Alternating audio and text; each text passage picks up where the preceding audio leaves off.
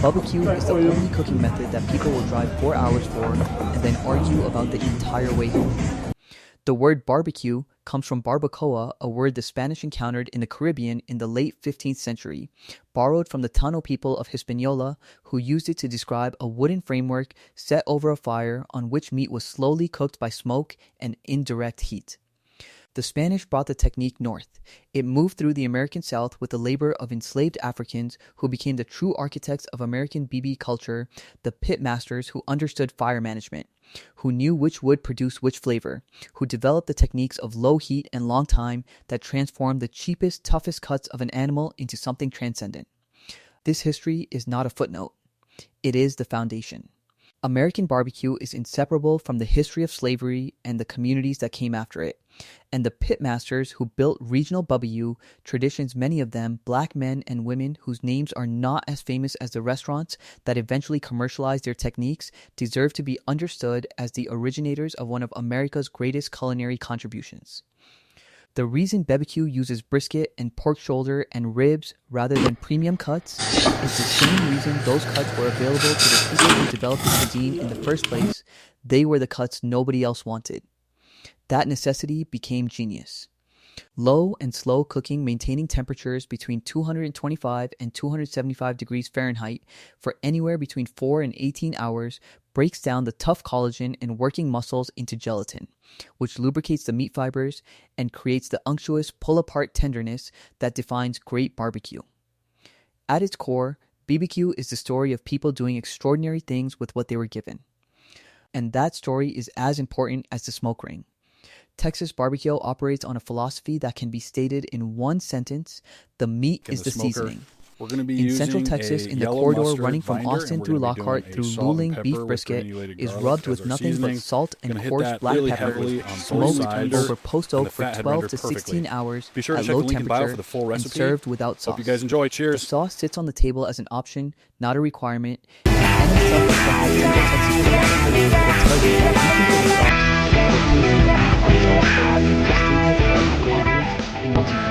sauce. The brisket itself is the most technically demanding protein in all of American food.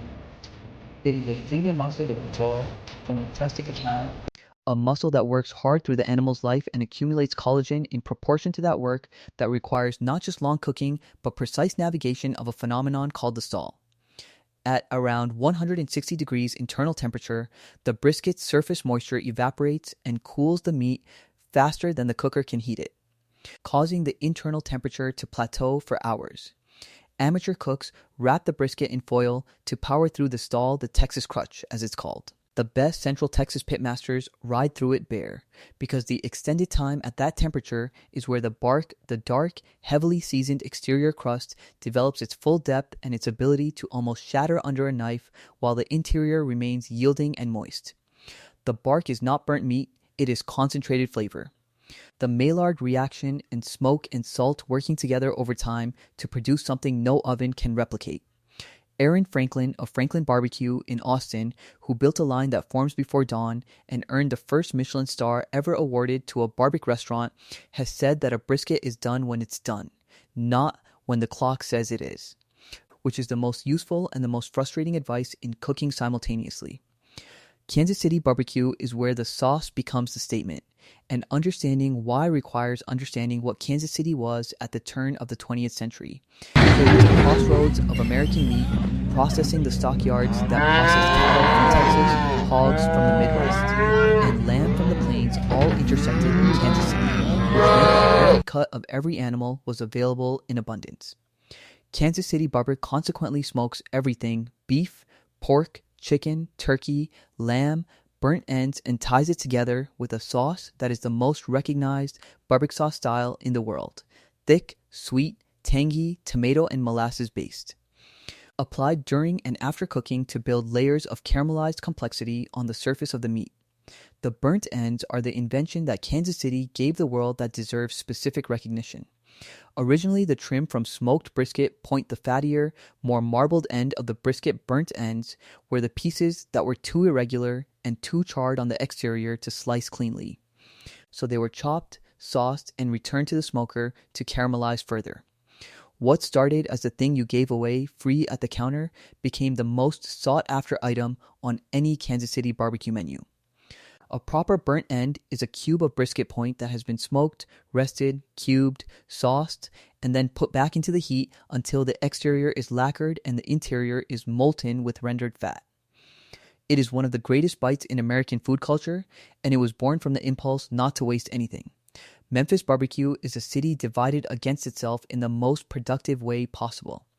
Memphis is the only major American barbecue city where the central argument is not about beef versus pork or sauce versus no sauce, but about ribs specifically, whether ribs should be served wet or dry. Wet ribs are finished with sauce applied in the final stage of cooking and then again at serving, which caramelizes on the surface and adds a sticky, tangy layer to the pork. Dry ribs are rubbed with a spice blend paprika, garlic, onion, black pepper, cayenne before cooking, and served with the crust that forms as the rub binds to the meat surface over the cook, with sauce offered on the side for those who want it. Both versions start from the same place, St. Louis cut spare ribs or baby back ribs. Smoked over hickory for 4 to 6 hours at low temperature until the meat pulls cleanly from the bone without falling off it, which is the specific standard of doneness in Memphis that distinguishes properly cooked rib from one that has been cooked past the point of texture into the territory of mush. The fall off the bone rib, celebrated in chain restaurant advertising as the ideal, is in Memphis considered overcooked. That is not an opinion held lightly in a city that takes its ribs with the intensity of a civic religion. Carolina bark splits into two traditions that share a state name and almost nothing else, and the people of North and South Carolina will tell you about this distinction with an enthusiasm that makes it clear the split runs deeper than food. Eastern North Carolina barbecue is whole hog the entire pig slow smoked over hardwood coals, then hand pulled and chopped, dressed with a thin vinegar and red pepper sauce that has no tomato, no sugar, and no ambiguity about its purpose. The sauce is not there to add sweetness. It is there to cut through the fat of the whole hog, to provide acid where the pork provides richness, and to let the smoke and the animal itself carry the flavor conversation.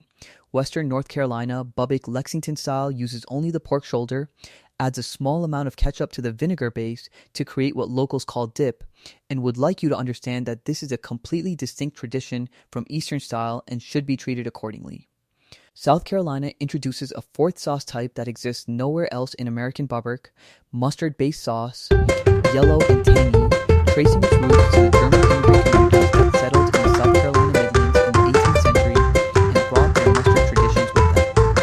The South Carolina mustard sauce on pulled pork is one of those flavor combinations that sounds wrong before you try it and becomes completely obvious the moment you do the sharpness of the mustard, the vinegar tang, the slight sweetness of the background. My sister sugar begs me to against make the this for richness of family smoked gatherings. pork It is is a sweet, balance that a savory, and tomato uses sauce only 4 never achieves ingredients. with the same Cook it! technique. 4 states, 4 sauce philosophies, 1 continuous argument that shows no sign of resolution and is better for it. Korean BBQ is the version that changed how a generation of non-Korean diners understood what barbecue could be. Not because it is better than American BBQ, but because it does something American BBQ never does. It puts the fire in front of the person eating and gives them control. The tabletop grill gas or charcoal built into the restaurant table itself is the defining feature of Korean barbecue, and it transforms the meal from a passive experience of receiving cooked food into an active, participatory, slightly chaotic communal event where everyone at the table is responsible for delivering their food until the table is grilled. Samgyeopsal thick-cut pork belly laid across the grill and turned with tongs until the fat renders and the exterior crisps and the meat takes on a char that borders on but does not cross into burned is the entry point that most people encounter first. You eat it by taking a leaf of perilla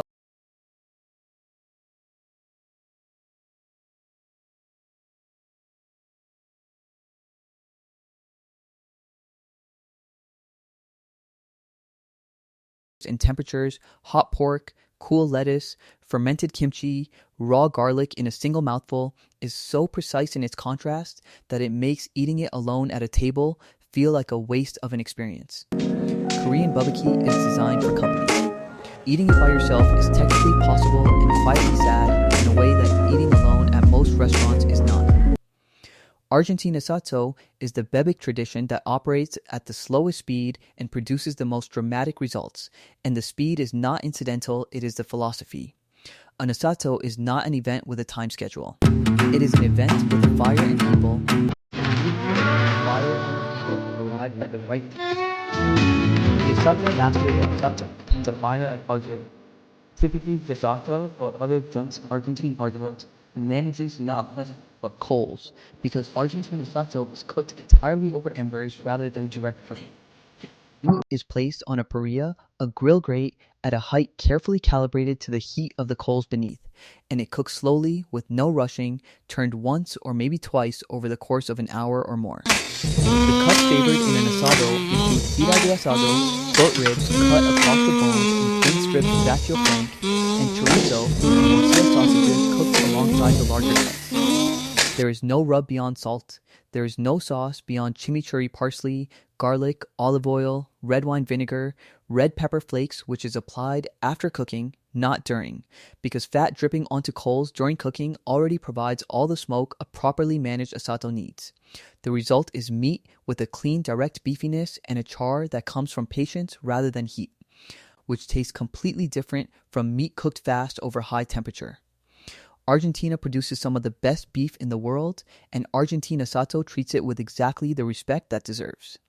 Japanese yakiniku is the tradition that takes Korean BBQ's tabletop fire concept and applies Japanese precision and ingredient philosophy to produce something that is adjacent to Korean BBQ's in format and completely different in spirit.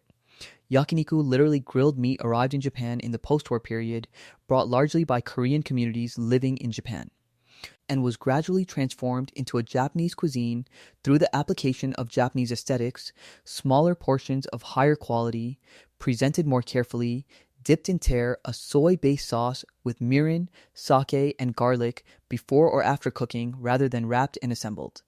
The beef in a quality yakiniku restaurant is marbled at a level that most American barbecue would find excessive and that Japanese diners consider the starting point. Wagyu short rib, thin sliced, placed on a charcoal grill for 30 seconds per side and dipped in a ponzu sauce or eaten with just a pinch of salt and a squeeze of lemon. This is yakiniku at its most refined. And it is as far from a Texas brisket in philosophy and flavor as it is possible to be while still involving fire and meat. Both are correct. They are simply answering completely different questions about what grilled meat can be. South African braai is the BBQ tradition that is least known outside its home country and most deeply woven into national identity within it.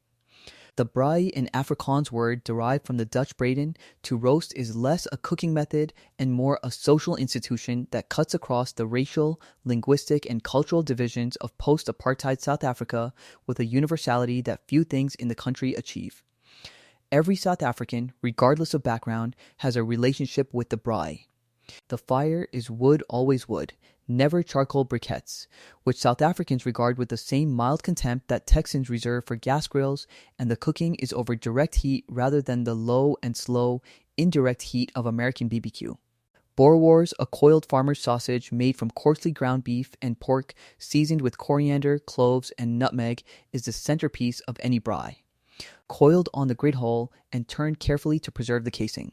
Sausages marinated lamb or mutton skewers with dried apricots and a curry-influenced marinade that reflects the Cape Malay community's contribution to South African food culture cook alongside it. The braai is not finished when the food is done. The braai is finished when the fire is done, which in practice means when the people around it decide the evening is over, which can take considerably longer than anyone planned for when the fire was first lit. The controversial take that belongs at the end of any honest conversation about BBQ is this: sauce is a crutch, and the BBQ that needs the most sauce is almost always the BBQ that trusts its smoke the least. This is not an anti-sauce position. Kansas City sauce on a properly smoked burnt end is one of the great food combinations in the world, and Carolina vinegar sauce on whole hog is not optional, it is structural. But the BBQ restaurant that drowns everything in thick sweet sauce before it reaches the table is usually doing so because the smoke flavor underneath is not confident enough to stand on its own. And a sauce that masks rather than complements is not BBQ culture, it is damage control dressed up as tradition. The test is simple: taste the meat before the sauce. If it needs the sauce to be interesting, the smoke did not do its job. If the sauce makes something already great even better, that is the point of everything. Alright Barbecue is the guys, cooking today method I'm that showing you requires how the I most make patience, my the extra most knowledge, juicy, and the famous most willingness smoked to be brisket. wrong and start We're over, starting off with and a it produces prime the whole most packer loyalty brisket. of We're going to any be food turning up as tradition much in of the the fat world. as we People do not have a favorite restaurant the way they have a favorite barbecue joint. A favorite barbecue joint is a relationship, a memory, an argument about whether it's gotten better or worse since the original pitmaster retired. The smoke and the time and the imprecision of cooking with fire rather than with dials and timers means that great barbecue is never fully repeatable, which is why chasing it never fully stops.